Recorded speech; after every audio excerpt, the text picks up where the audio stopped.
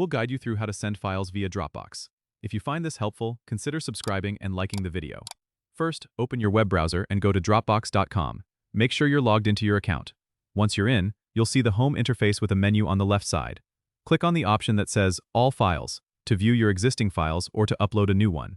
If you need to upload a file, simply click on the Upload button at the top right. Then choose Files or Folder depending on what you need to upload. Select the file from your computer and it will upload to your Dropbox. Once your file is uploaded, locate it in your list of files. Hover over the file and you'll see a Share button appear to the right. Click on Share, and a pop-up window will appear. Here, you can enter the email address of the person you want to send the file to, or you can generate a link. If you choose to share via email, simply enter the email address and choose if the recipient can view or edit the file, then click Share again to send it.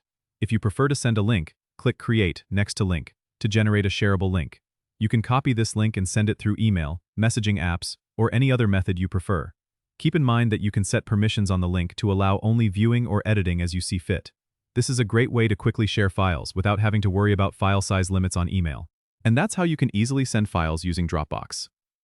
Don't forget to subscribe and comment if this helped you out.